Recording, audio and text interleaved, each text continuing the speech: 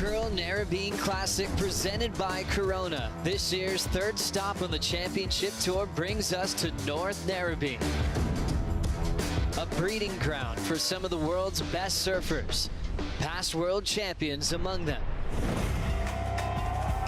A quick turnaround from the Newcastle Cup allows some to keep the momentum rolling and offers others a much-needed reset.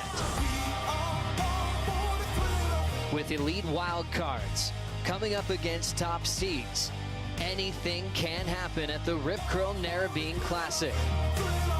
We continue to search for our top 5 as the road to the Rip Curl WSL Finals brings us to Narrabeen.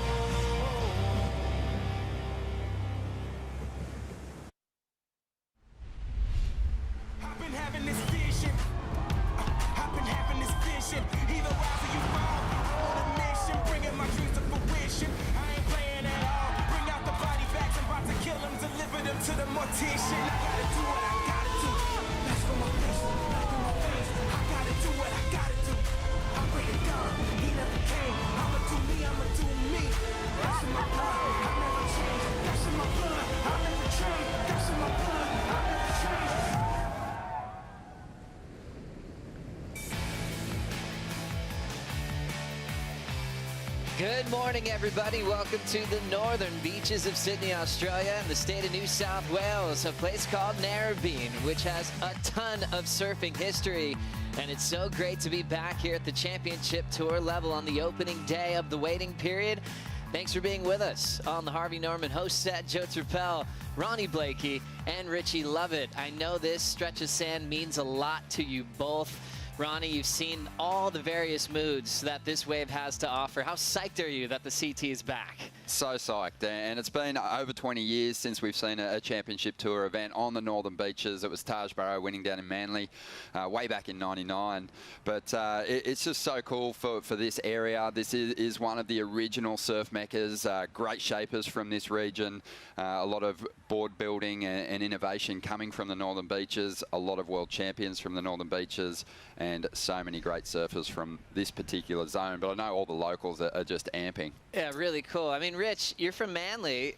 Was it pretty often that you'd actually drive up the coast and sample the goods right out front here? Yeah, and in my latter years on the tour, I'd always come up to Narrabeen because it is such a great break. It's probably considered the premier beach break on the northern beaches. So I'd always come up here, but very, very competitive in the lineup. I had to do my dues to even get a wave out here. So it's, you know, they keep it closely guarded, but for a reason, because it's such a great wave. Back to Manly, you blow in. Yeah. Well, I heard that once or twice. Haven't we all? Oh, we love it. We're so happy to be here. Let's see if we're going to be on today as we say good morning to Stace Galbraith and Jessie Miley-Dyer. Thanks, Joe. I'm down here with the head of tours and competition, Jessie Miley-Dyer.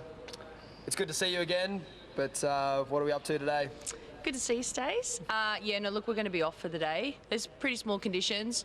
Yeah, it looks fun. It looks fun for you and I, but from what we're looking at in the forecast, definitely looks like tomorrow and the next day, you know, Saturday, Sunday here in Oz, we could have some fun waves, so we're going to wait for that.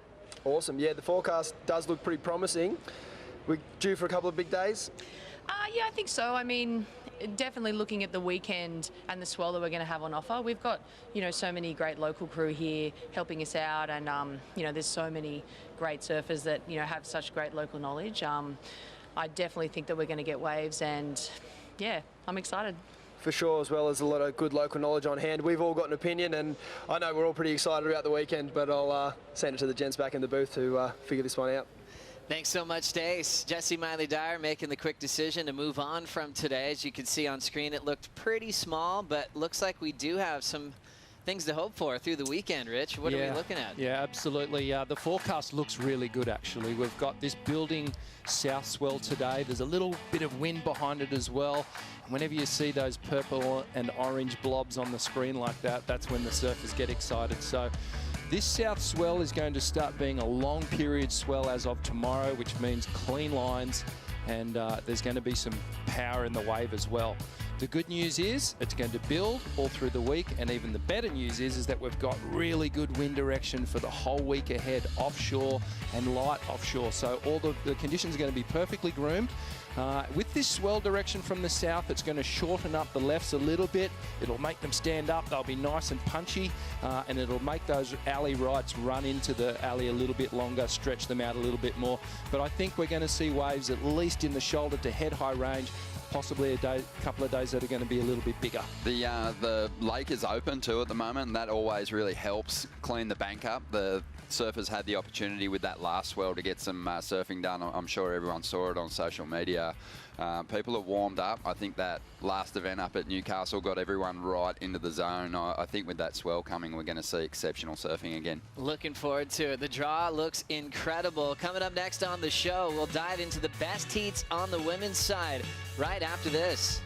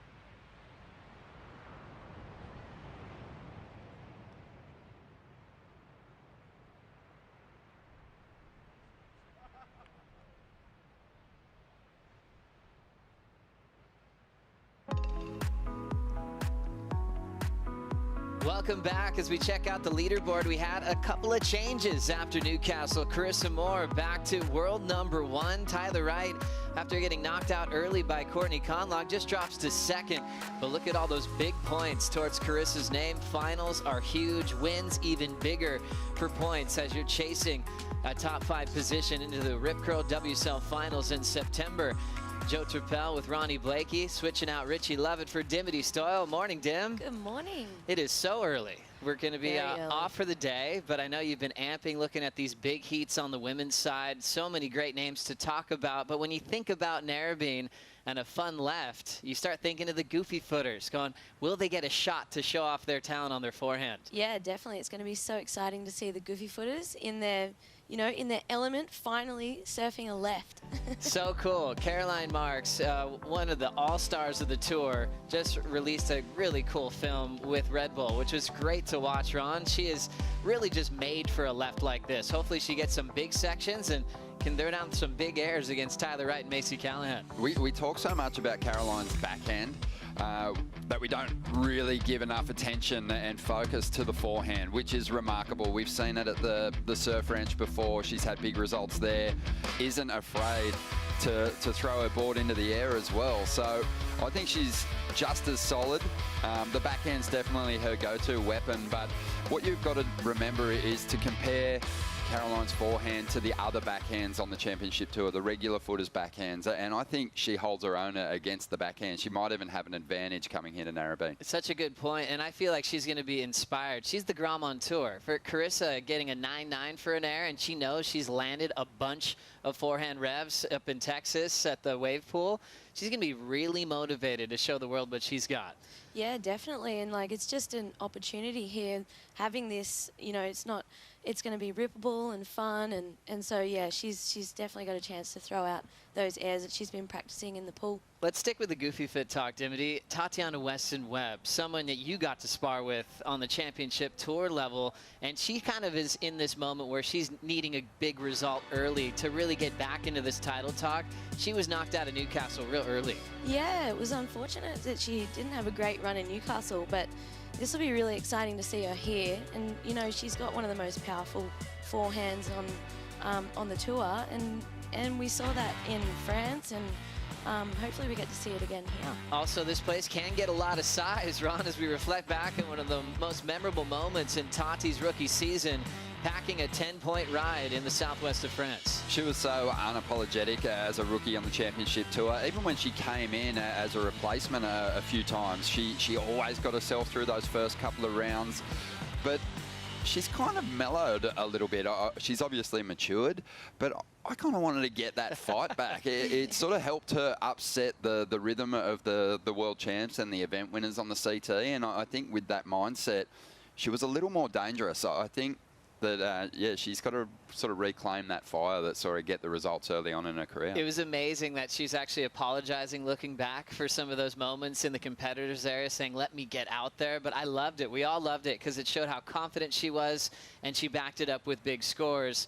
So many great heats in the round. We got to focus on world number one, the reigning four-time world champ Carissa Moore has Nikki Van Dyke and our co-commentator, the wild card Laura Enever, on her home break, Dim. This is a huge heat, and for me, I've actually got both of these surfers in my fantasy. So I've got Carissa and Laura, and I couldn't go past Carissa after the form she's in Newcastle. Are we all going to get a shot at a wild card?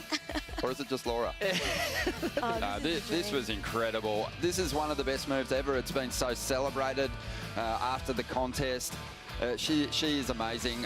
I would have loved to have seen a 10-point ride. I know that it's still a great number, regardless, the 9.7, but I just think we want to keep encouraging that progression. The crazy thing about Carissa is bank the air, like whatever, just forget about it for a minute. The surfing that she did on the open face was worthy of excellent scores as well. It's now, she has the role of now repeating that success, that same momentum that she has. I feel like Carissa is a surfer that can do that after a huge result. She's ready to put the pedal to the metal even further.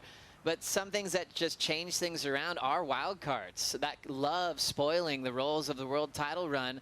And Laura Enever is not your normal wild card. She's been on tour for so many years with you, Dimity. Yeah. How's she feeling about this opportunity to step back in the arena with the world's best? Yeah, she is so excited. She's just had a year chasing gigantic waves around the world, and now we finally get to see her back in the jersey. And no better place than her home break, Narrabeen. And it seems like she thrives off the local crowd. All of her biggest moments of her career seem to happen at least around here on the northern beaches. Yeah, the World Junior title that she won just here, she won down in Manly. She just seems very comfortable when competing on the northern beaches, and she's, I think, a different human these days. She was kind of a little flustered in her championship tour career, but you know, she's faced some big challenges in the big wave arena since then, and I think she'll come into this one a lot more settled and a lot more confident. So excited to see her back in the lineup in the CT jersey. Let's take a moment to learn more about this local legend.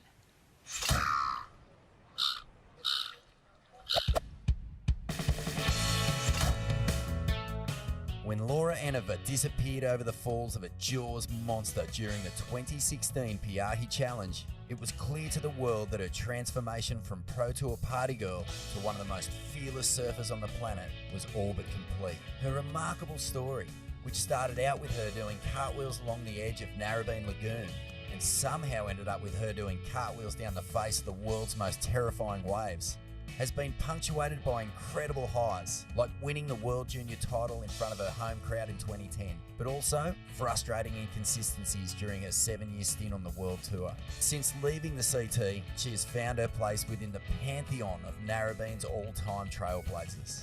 She continues to rewrite the book as one of the finest slab chasers in the world.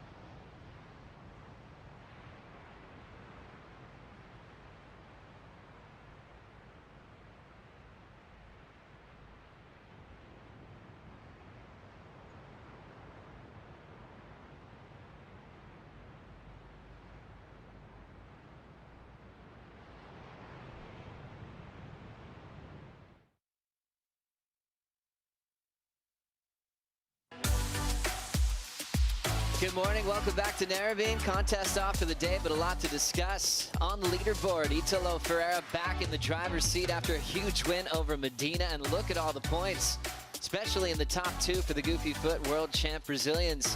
John Florence knocked out by Morgan Siblick, still hangs on to third, and a few ties for that fourth spot, including Australia's Ryan Callanan, trying to keep themselves in that top 5 picture. So really cool to see how intense it is in that top 5 position, Ronnie. Things are going to get heated here at Narrabeen. Really interesting looking at the women's leaderboard and now looking at the men's, the world champs. They've made their move to the top already, and it feels like on both tours that it's becoming a battle for the 4th and 5th position. I think our world champs will be there competing for another world title at the end of the season at the WSL Rip Curl finals at Trestles, but it just feels like there's going to be an unbelievable race to get to those final 2 spots on both tours, Rich. Absolutely, and for me, there's a couple of notables that aren't in the mix there and aren't on that front page. Julian Wilson, Owen Wright, they've got a bit of work to do as well. So the leaderboard's really heating up. Really excited to look at Heat 6 as well. What a matchup. Italo Ferreira, Morgan Siblick, the hero from Newcastle, and the wild card named Mick Fanning, one of the best of all time, is looking to mix things up. Richie, how's this one going to play out? Well, it's going to be really interesting. Italo's going to do his thing. We know that. I'm interested to see whether Morgan can keep the momentum going. Often after a big event like that, there's a bit of a come-down period, and he's going to need to keep that going, keep the energy up. And then the wild card of Mick Fanning, well, he's unpredictable. You Last just know time that we saw Mick was at Bells Beach. This is when, well, we thought maybe this is the last time we'd see him perform. It was emotional. It was unbelievable to see him get so close to a win. He shared the water with Italo Ferreira as we look back.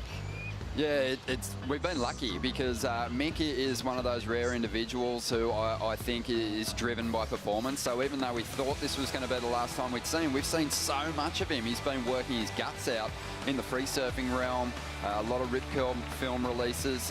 It was really cool hearing Mick talk about it at the press conference. That moment, you know, in a moment that everyone thought he'd be crushed, he was just so overwhelmed to see what this final result meant to Italo, and you know, to beat Mick at Bells in your first CT win is huge. As we check out the deep stats, powered by Hydro Flask, Fanning, the 3-time world champ, 22 CT wins in 18 years. That first year was wildcard performances where he won at Bells back in 2001. He's had 6 previous wildcard performances. This one feeling a little bit different as he's 39 years of age and trying to get that feeling again. They asked him his goals at the press conference of this event. He's like, I haven't even gotten that far. He's just ready to feel that energy, all the preps there to try to mix up the title show.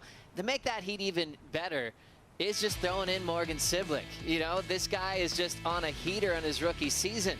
Can he keep this momentum together in a heat like this? Well, I hope he can, because I think he got a lot of people up off their seat at Newcastle, and they were quite surprised, I think. You know, he's obviously lifted his level of performance over the last 12 months. For me, he looks faster than he ever did. And, well, with an injured toe as well, he put on a performance like this, upset John Florence, and just was a giant killer all the way through to the semi-finals. And, mate, this kid's just announced his arrival onto the tour, and this is going to be the test, and he's got a huge test with Italo and Mick. He was able to reset after each round. Even Ryan touched on it. Being a local at Meriwether Beach, it feels like you've won the comp after every heat, let alone beating John Florence. He got past Carmichael and Arcal to earn that spot in the semifinals. Yeah, it was awesome to see. Massive performance shift in him from the day that he made the championship tour till the day that he first surfed in a championship tour event. He was just a completely different guy. But Rich is right. This is a big test for him. He's got to back up the performance. And I think that Italo is going to be the favourite in that heat just based off the size of the individual turns he's able to perform. So suddenly there becomes a focus for that second place in that heat and a jump through to the third round. And you just don't see Mick making tactical errors, and he's still looking very sharp as well. So I like the insight on that heat. That just goes directly to your fantasy picks. In that round is the obvious one for you, Rich, Italo, putting him on your fantasy team. Yeah, it's hard to not put him on your team. I've already slotted him in there just based on his performance. It's undeniable. But, yeah, I'll let my secrets of my fantasy surf team just play out over the next couple of days. Fair I want to enough. see this first round, come to fruition, and then I'll lock him in. You did very well at Newcastle. Thank you. Obviously, fantasy is incredible to play with your friends. There's a lot of those new rules that we put into play where you can change your team all the way through the elimination round. So pick your power surfer. That will be double points. That is extremely crucial to getting on top of your clubhouses, and join our league as well, the Commentators League. We invite you all to join us. Find fantasy on worldsurfleague.com. Much more to come on the morning show. We'll be back in Narrabeen right after this.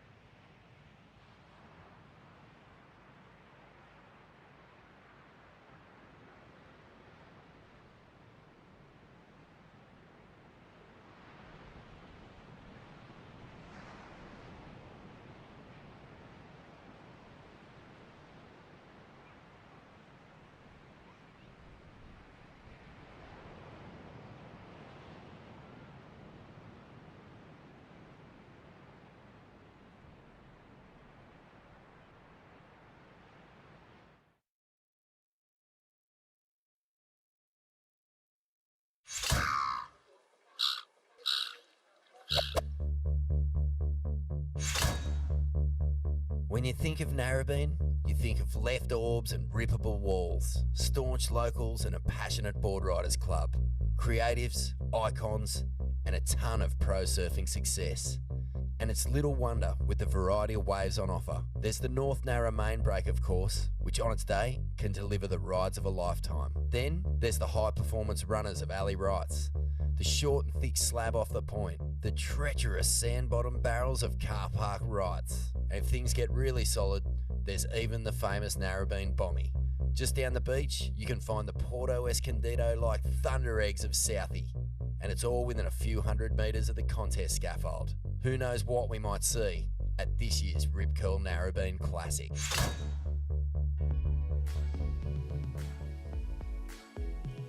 The Welcome to Country ceremony right here on the special lands here at Narrabeen. Brisa Hennessy, Glenn Hall enjoying it. Brisa's mom as well. Tyler Wright, always a big part of these ceremonies to kick off the events up at Newcastle and here at Narrabeen as she prepares for a big heat. Feeling so grateful to be in such a beautiful world here in Australia, these sacred grounds and the sacred waters here of Narrabeen. Great to have the blessing here to kick off an amazing week here at the Rip Curl Narrabeen Classic presented by Corona. Joe Turpel, Ronnie Blakey, Richie Lovett, you guys, a lot on the line and a lot of history as well here at Narrabeen. Look at that surfboard. The thruster is celebrating 40 years since it was released by the local legend Simon Anderson. That is an incredible trophy we'll be handing off. Awesome, man. This one as well. Nice little left-hander. And you can picture yourself just slotted right in there. Right in there. We're off for the day, Rich. What are you going to get into? Well, the swell's coming up, mate, so I'm going to go hit the water. There we go. A little local insight. We'll be following Rich down the coast here on the northern beaches. We'll see you bright and early tomorrow for the call at 6:45. Take care. This copyrighted event broadcast is produced by the World Surf League for broadcast around the world and may not be retransmitted, reproduced, rebroadcast, or otherwise distributed or used in any form without the written consent of the World Surf League.